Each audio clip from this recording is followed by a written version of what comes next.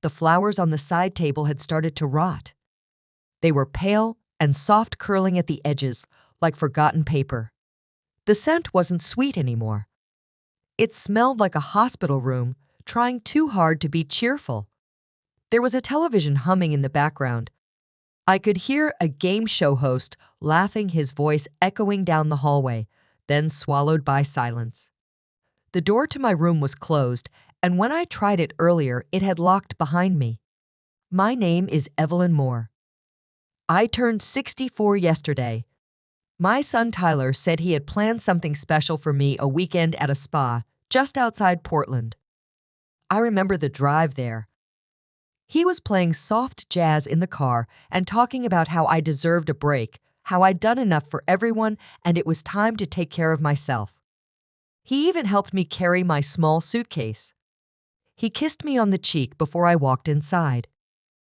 The receptionist greeted me kindly, then handed me a clipboard full of papers I didn't understand. She said it was just for registration. Then I looked back at the door, and Tyler was gone.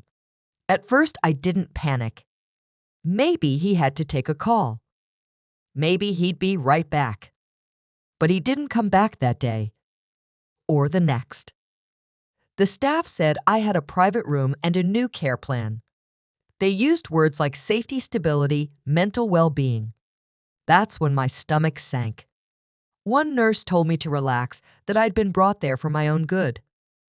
I asked to call Tyler. They told me I didn't need to. I asked to leave. They told me I wasn't allowed to. I looked around that small room again. The dresser had stickers on it like someone else had lived there before me. The window barely opened. The curtains smelled faintly of bleach. My suitcase was missing. So was my phone. My birthday had passed and no one had called. Not even my sister. I remember sitting on the edge of the bed and staring at the wall, wondering if I was crazy. Maybe I had forgotten something important. Maybe they were right. Maybe I was losing my mind. But I wasn't. I was awake in every way that mattered. I just didn't know what Tyler had done yet. Not fully, but I could feel it in my bones. I had been moved like furniture, discarded with a smile and a signature. Every part of me wanted to believe it was a mistake, that he would come back and explain everything, that there was a reason for all this. But no reason made sense when I sat in that silent room holding the edge of a wilted flower and listening to a television meant for someone else's comfort. That was the day I stopped waiting for answers. I started asking better questions. Because something was deeply wrong, and I was the only one willing to say it out loud. The first time I asked for my phone, the nurse gave me a soft smile and said it was being held at the front desk for safekeeping. When I asked again the next day, a different nurse said there was no phone listed under my name. I started to feel like I was going in circles, like maybe I had imagined packing it in the first place. But I remembered. I remembered slipping it into the side pocket of my bag. I remembered checking the battery before I left home. That memory was sharp, clear, like cold water splashed on my face. Still, no one would bring it to me. I asked to call my sister. The landline was broken, they said. When I asked again a few hours later, they said the phone lines were under maintenance. But I could hear the phones ringing at the nurse's station down the hall. I could hear conversations through the walls. One night, I stepped into the hallway and heard my name. Two staff members were talking just out of sight. One of them said something about a file, a psych eval. The other said she'd never met a patient who seemed so with it. Then they noticed me standing there, and the conversation stopped. The next morning, the head nurse brought me a folder and said I needed to review my care plan. The first page was a mental health diagnosis, a checklist of symptoms I didn't recognize, followed by a doctor's signature I'd never seen. It said I was showing signs of cognitive decline. It said I couldn't manage my finances safely. It said my son had full legal authority to make decisions for me. I asked when that had happened. She said it was signed 2 weeks ago. I told her that wasn't possible. I hadn't even been here that long. She looked down and said she didn't know what to tell me. Then she walked away. When I tried to log in to my online banking, the website said my account was frozen due to suspicious activity. I asked to go to the library or use a computer, and they told me those privileges weren't included in my treatment plan. That phrase kept coming up. Treatment plan. Like I was in rehab or a locked ward instead of a care facility. Meals were brought to my room without asking. My prescriptions were changed without explanation. I found a new pill in my cup one morning and refused to take it. That night, a nurse sat in my room until I swallowed it. She didn't threaten me. She just waited. I started to doubt my own thoughts. Was I losing it? Was I really forgetting things or just being made to believe I had? I kept a small notebook hidden inside an old book. Every night I wrote down everything I could remember. Who I spoke to. What they said. How many times I'd asked the same questions and gotten different answers. No one from my family came. Not Tyler. Not his wife. Not even a text or a note. It was like I had never existed outside of that room. Like I'd been erased from their world with a single pen stroke and a notarized letter. I stared at the door, often not hoping it would open anymore, but just imagining what I would do if it did. Would I run? Would I confront them? Would they even listen if I screamed, but I didn't scream? I just sat in the chair by the window and watched the trees bend with the wind, wondering if they even knew I was still alive. I overheard one of the aides tell another patient's family that the woman down the hall had early onset dementia. I realized she meant me. I wasn't even allowed to own my story anymore. They had written a new one for me, and everyone else was reading from the same script.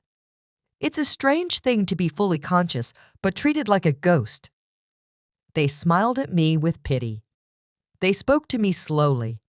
They never asked what I thought, because they'd already decided it didn't matter. That's when the fear sank in. Not the fear of dying. The fear of staying. The fear of disappearing so completely that no one would ever know what had happened. And the terrifying part was how easy it was to make someone vanish. All it took was a few signatures, a locked room, and the quiet cooperation of people who didn't ask questions. I knew then that if I didn't start asking the right ones, no one else ever would. There came a point where crying didn't help, and waiting felt like another kind of prison. I stopped hoping for Tyler to call, stopped hoping anyone from the outside world would remember me. The silence had stretched so long that it hardened into something else. That's when I decided I wouldn't survive by being polite. I would survive by being quiet in the right ways and loud in the ways no one could hear. I smiled more during mealtimes. I nodded during evaluations. I started asking less and watching more. My notebook, the one I hid in a hollowed-out copy of a large print novel, became my lifeline. Every whispered comment, every name badge, every skipped pill was recorded. I mapped who came and went and what time they turned the hallway lights off. The more I wrote, the more real I felt.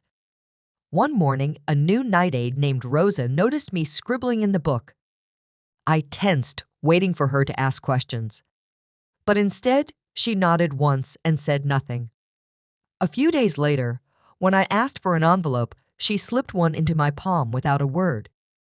I used the envelope to write a letter to my old friend Naomi. She'd been my neighbor for years, and she worked in elder law. I didn't explain everything. Just enough. Just enough for her to know something wasn't right. I asked Rosa to drop the letter in a mailbox on her way home. She stared at it for a long second before sliding it into her pocket and whispering that she would.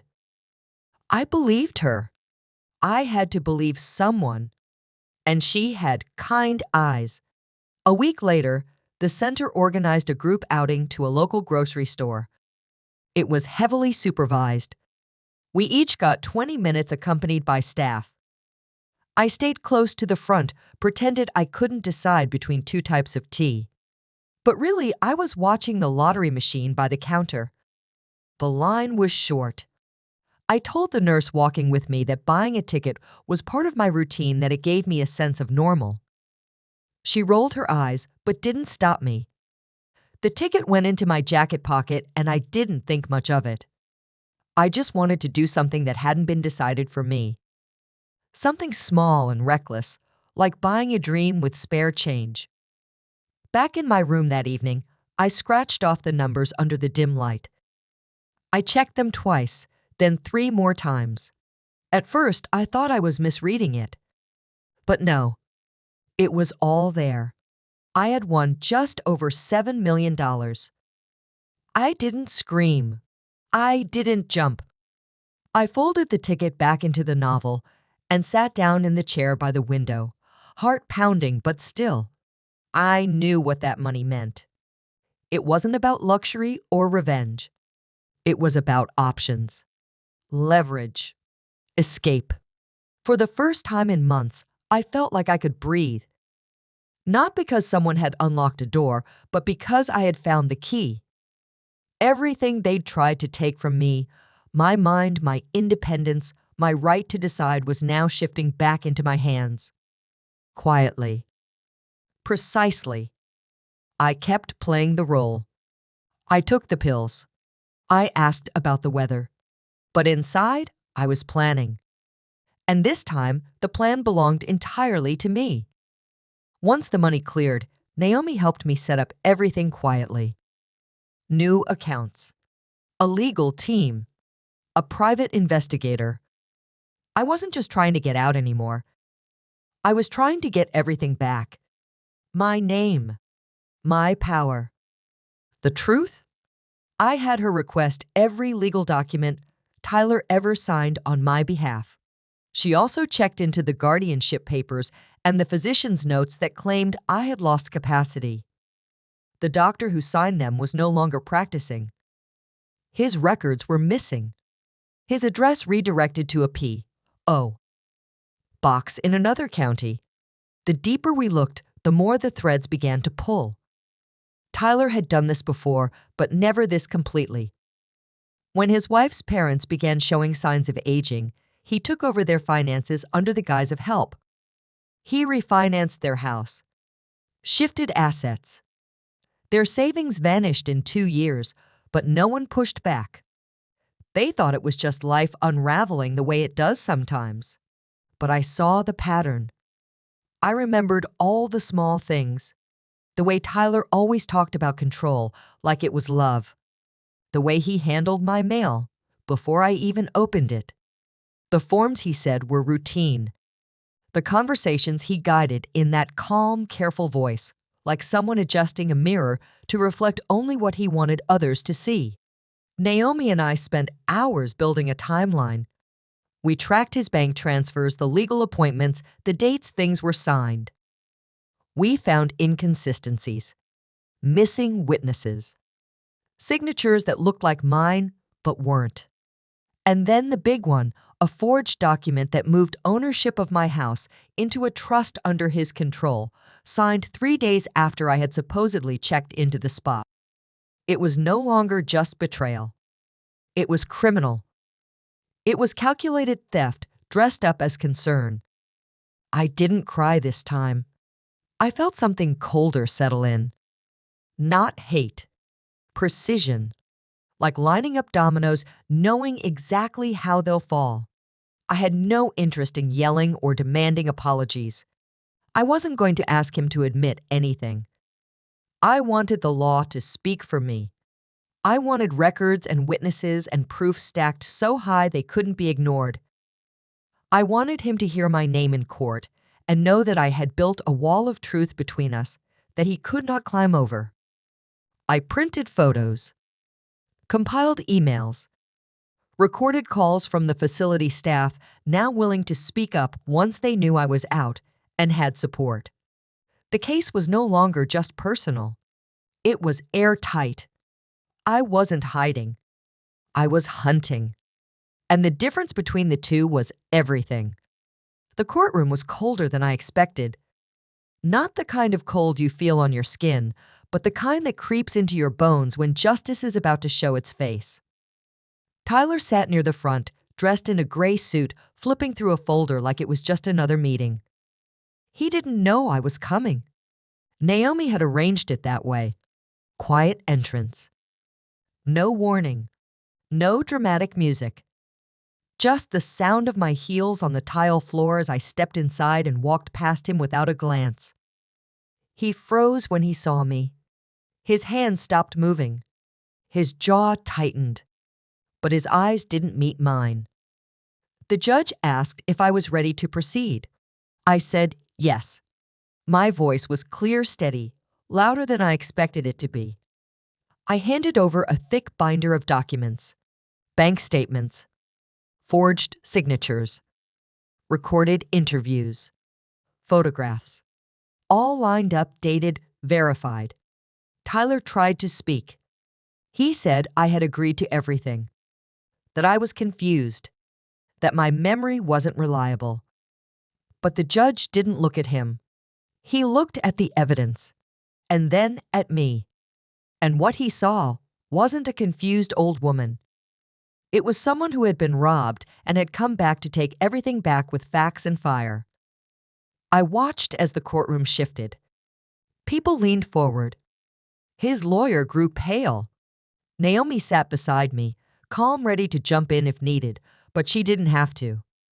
I handled it myself. I spoke slowly, directly. I told the court how I was admitted without consent, how my medical records were falsified, how my identity was stripped from me and buried under lies. The judge reviewed the file for nearly 15 minutes without saying a word. Then he looked up and said enough to make the room feel like it cracked in half. Tyler was found liable for financial fraud, elder abuse, and perjury. Proceedings for restitution were ordered. A criminal investigation would follow. Tyler turned toward me then, not in anger, in disbelief, like I had risen from the grave he thought he'd buried me in. But I didn't gloat. I didn't smirk. I just looked at him as if I were seeing him for the first time. And maybe I was.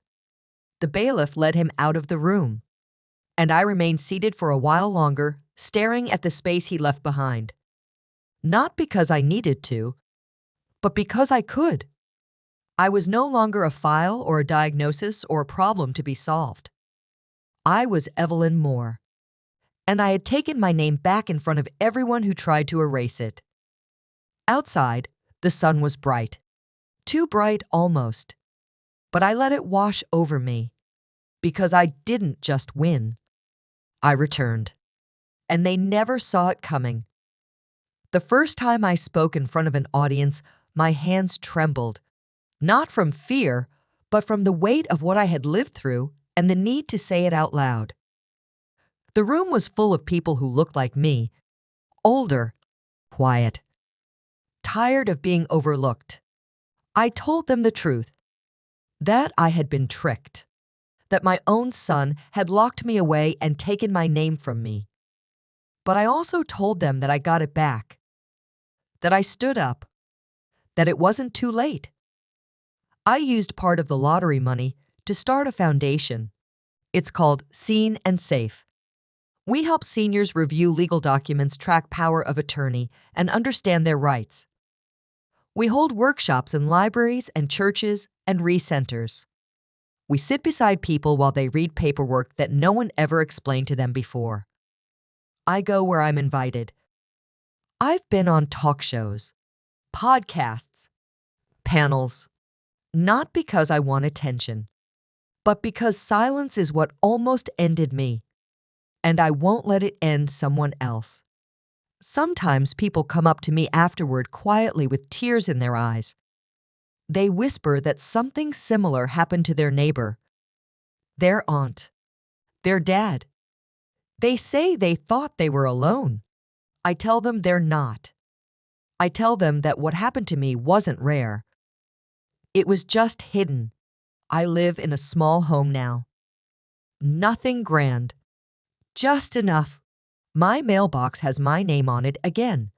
I plant flowers in the front yard every spring.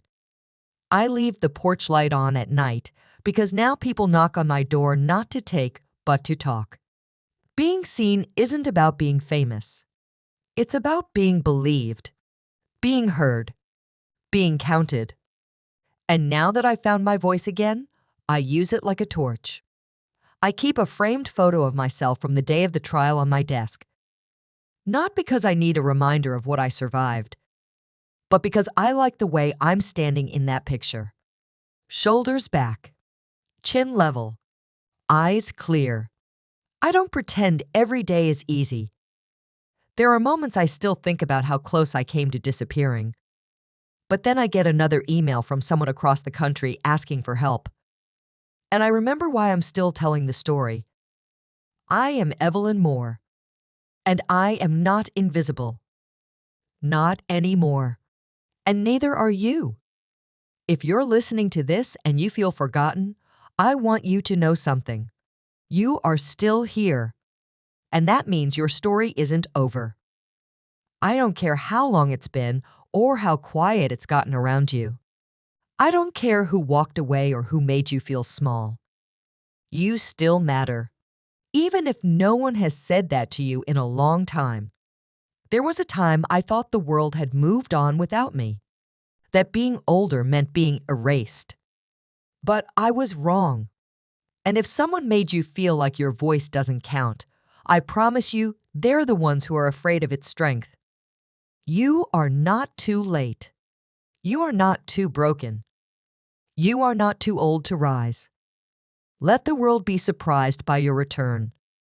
Let them hear you when you speak. And if you can't speak yet, just breathe. That's enough for now. The light in you isn't gone. It's just been waiting for you to see it again.